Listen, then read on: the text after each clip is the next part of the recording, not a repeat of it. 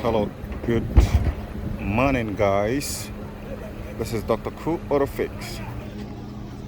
How you guys doing today? Today I got a Peugeot 307 in the garage that the customer just drove it fine, and he came here and just about to start it, and the car would not crank or start. So if that is the problem which you have, then let me show you exactly what to do to solve that problem. If you're coming here for the first time, kindly subscribe to my channel and turn on the notification for more videos and fix tips. So without further ado, let me flip the camera. Let's go. This is gonna be for most 307. This is 2008 model. So the first thing we want to do, let's check it out and see if the customer is actually true when serious when. So I got a key here and the ignition is on. Nothing. Now let's do it again. Can hear some little click, but no damn click at all. Everything just looks silent. The light didn't blink. I put it back off and do it again. The ignition is on. Okay, now here, probably what I'm looking at here is something which is very rare sometimes. This could actually mean that either the battery is weak or that the kickstarter is bad. It can't get past this very two, or the starter relay is bad. Well, how would the relay just fail like that? Though there is every tendency for the kickstarter to fail like that, very simply, but the battery to fail just like that or to discharge like that, I don't think so. So I'm gonna be showing you a quick tip to troubleshoot if suppose it's the kick, the starter motor that is bad, that makes it not to crank, which is possible, or there is any other influences. So let's go. Here we'll pop the hood up in simply. All right, push it down. I will come over here.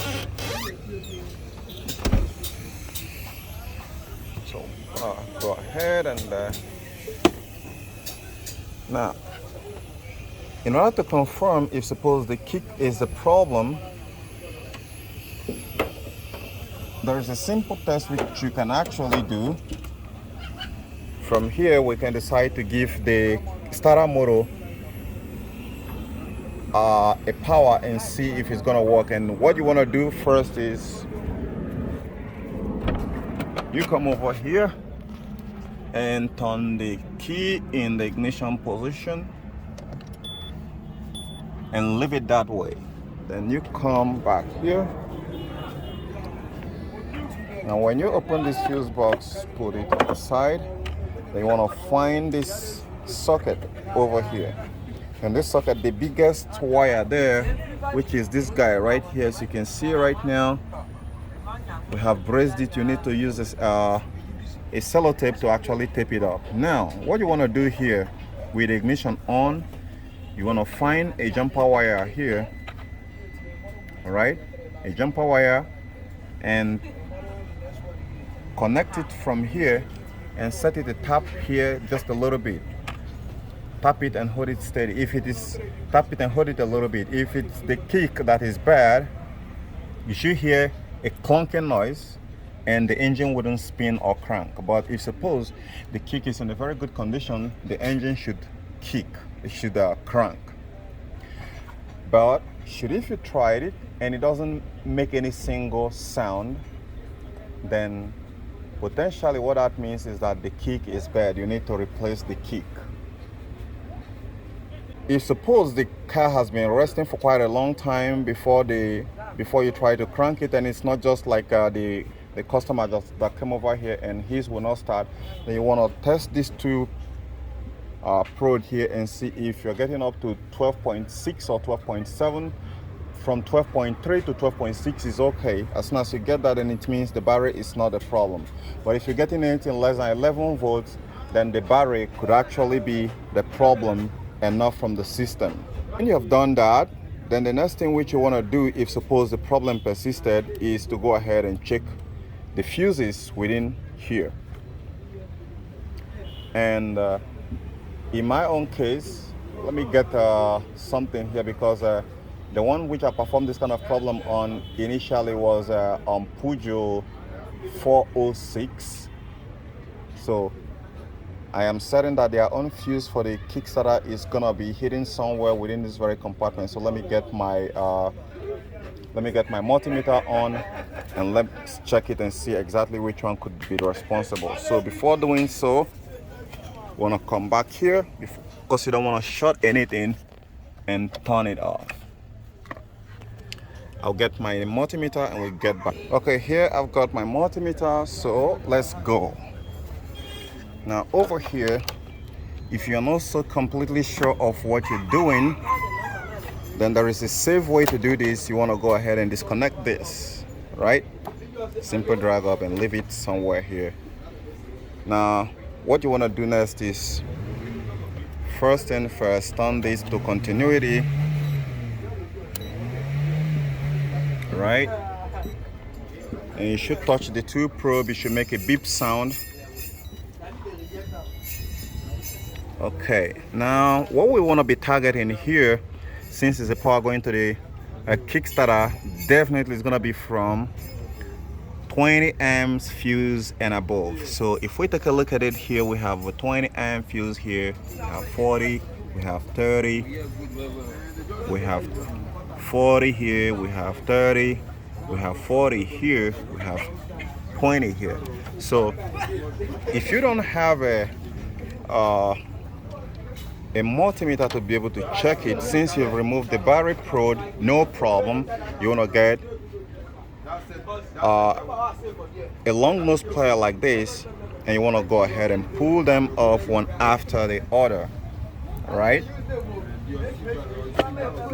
And we want to take a look at it.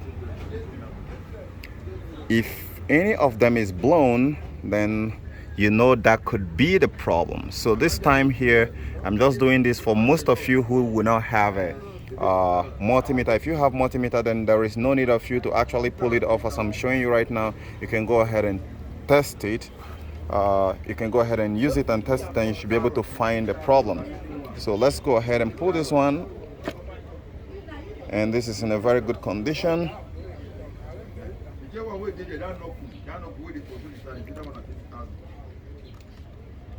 Okay, I'm gonna fasten this video up. So let's check this one here, the 30 here, and this is in a very good condition.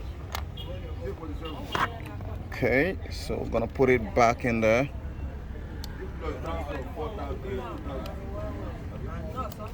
Come on.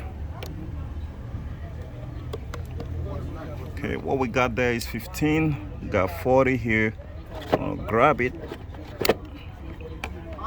Even by looking at that, even without grabbing it, you can see that the fuse is in good condition. So the green one is in good condition. Some of them you can be able to see them, but let's pull it out and just be absolutely sure. And it's in good condition. So what we have left right now is two fuses. We have 40 here, we have 20 here. Okay, this one is in good condition. So we got one last fuse to go. There's this guy here. I suppose it's not a fuse, so what could be the problem? Then it means it's an electrical problem. But lo and behold, this one is blown. I don't know if you guys can see it right here, but it's blown.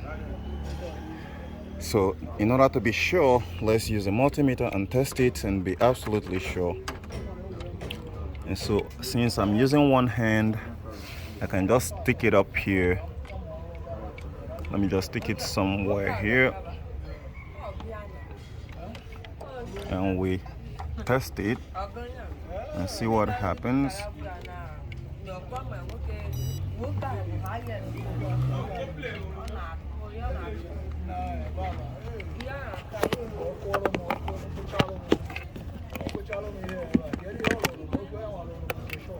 Okay, I've put this in a place where I can be able to use my two hands. So we put it up here and check, and there is no reading.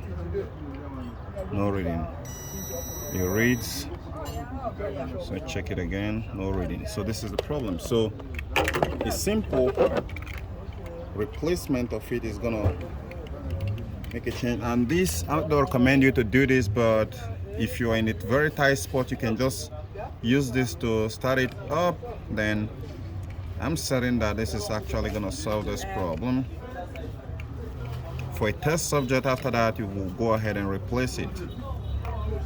So this is it. Now I want to go ahead and test it, but we know it's gonna read, right? Now we go ahead and put it back on, and we go and put the battery back. Then we go ahead and try to crank the car.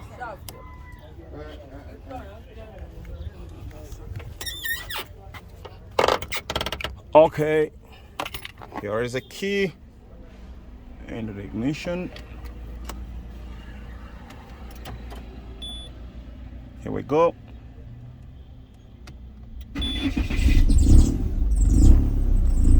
The car started right up.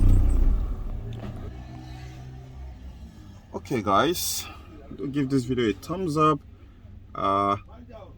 and share this video with others who are having a problem with starting up their 307 that will not crank or start.